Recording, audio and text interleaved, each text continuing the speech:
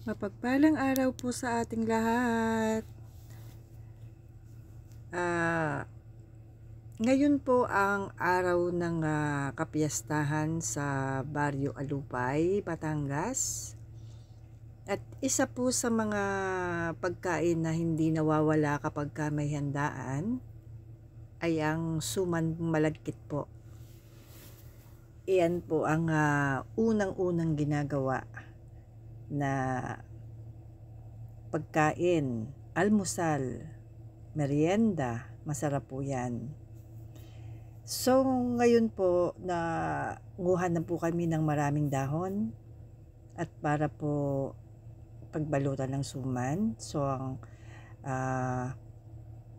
una pong ginagawa muna dyan is ayan nga po, idadarang po natin sa apoy yung dahon para po lumambot siya at hindi po masira kapag pinagbalutan na natin ng suman. So ayan po, marami po kaming nakuhan dahon. So ayan, ibinabaga na po ng kapatid ko sa apoy yung yung dahon. Ayan, para po maganda siyang pagbalutan. Ayan, kailangan nga lang po malingas para po mas madaling madarang yung yung dahon. Ayan, tsaka mas maganda po medyo malapad yung dahon para mas madaling pagbalutan. Ayan, kasi pagka maliliit po yung dahon, yung suman po is maliliit din yung niya, yung pagbabalutan. Kaya dapat po talaga is yung malalapad. Itong dahon na to, ayan, katamtaman niya, malapad siya. Masarap pagbalutan yan. Actually, nung umuwi pa ako sa Pinas, naggawa din po kami ulit niyan ng suman. Pero ang gusto ko po kasi yung yung tamales, yung bigas na binabalot din siya sa dahon. Bigas pa siya kasi kapag kasuman kasi kailangan iluto mo muna yung bigas, yung yung malagkit. Iluluto mo muna siya bago balutin. Yun pong tamales, yun, hindi po siya niluluto, kumbaga bigas pa po siya na ibabalot sa dahon. So ayan po, tinatabas na po nila yung dahon para linisin. So ayan na po yung yung suman niluluto na po. Ayan, habang naglilinis sila nung dahon ng saging. Ayan, marami rin po yung suman na yan, maraming magagawa dyan. So ayan na po yung mga dahon na pinagtabasan.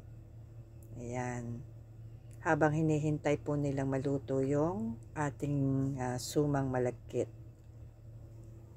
So ayan naman po yung yung kapatid ko, nagkakayod na po siya nung yung niyog, at yan po yung gagawin naming gata. At yun naman pong pinaka niyog niya, pwede pong gawing yan, budbud ng ng suman. Yung sa tamales, masarap po yan na lalagyan ng asukal. Kaulam yan ng tamales. Mahirap din magkayod niyan eh. Pero gusto ko siyang gusto kong magkayod ng ganyan. Namimiss ko. Kasi nung bata pa ako, nagkakayod-kayod din ako ng ganyan. So ayan na po yung yung malagkit na niluto. Luto na po siya. Ayan. At yan po yung babalutin natin sa dahon ng saging. Ayan, matagal-tagal din pong naluto. So, ayan, ready na po para balutin ng dahon ng saging. Ayan naman po si Mother. Ayan, yan po ang expert sa paggagawa ng suman. Ayan, binabalot niya na. Ayun, marunong din ako magbalot niyan. Kasi nung umuwi ako, nung naggawa kami marami rin akong nabalot. Ano lang naman po yan, pang sariling, ano lang po, pang sariling pagkain.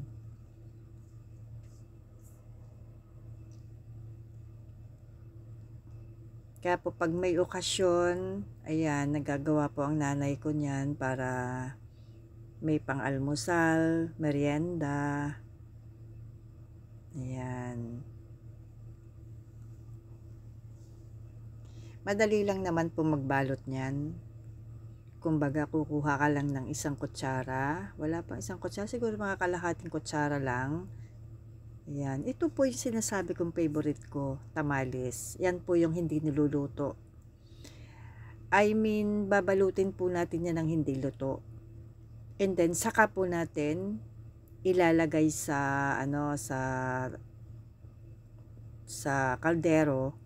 At saka po natin lulutuin. Hindi po katulad ng suman na niluluto muna siya bago balutin. So, nauna po nilang ginawa yung tamales at nauna rin pong lutuin. Ayan. So, ayan, tinatabas-tabas din pa po yung yung iba pang dahon ng saging para pagbalutan din ng mga suman. So, ayan yung mga kapatid ko po yan, yung mga nagbabalot na yan. Tulong-tulong sila. Ayan. So, natapos na po nilang balutin. Ngayon po, ilalagay na po nila sa kaldero. Ayan. Malaking kaldero po yan, kaya medyo maraming laman. Ayan, napupuno yan kasi marami silang nagawa. Masarap din po yung iprito.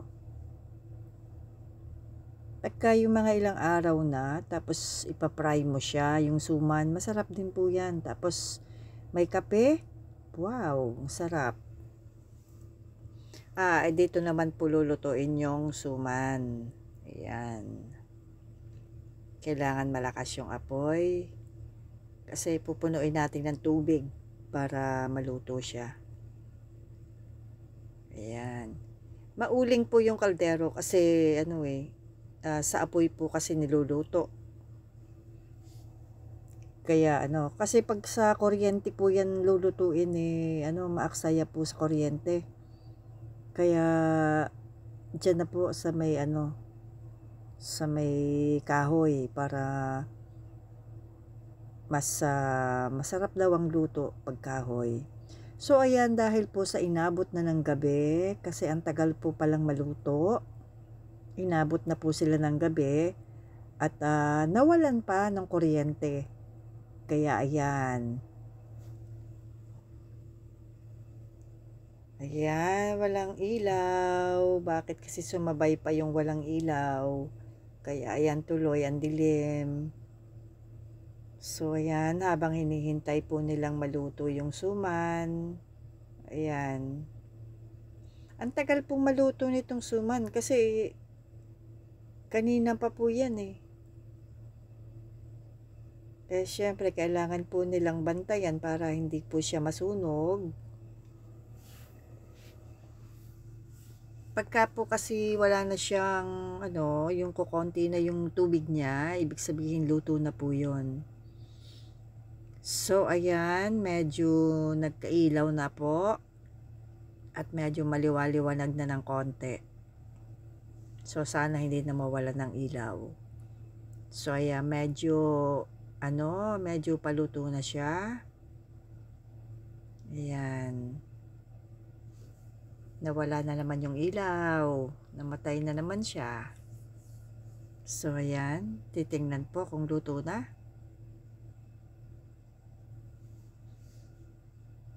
Mainit. Ingat kayo, mainit. O, ayun, titingnan natin kung luto na. Ayan. Wow. Yummy. Ayan po yung nanay ko. Sobrang tagal bago maluto. Marami kasi siya. Puno kasi yung kaldero. Kaya matagal siyang naluto. Kailangan pakuluan. So, ayan guys, luto na po yung suman. Nilagay na po natin sa langgana na meron po siyang patuluan para matanggal po yung tubig. So, ayan, iniisa-isa. Sa ngayon, wala pa rin pong ilaw. So, naka-plus light naman po sila. So, ayan na po guys, luto na. Pwede na po tayong tumikim. Ayan, thank you very much guys for watching. Ayan, naka-plus light pa po kasi wala na pong ilaw. So guys, thank you. Thank you for watching po. I love you all. God bless. Bye everyone.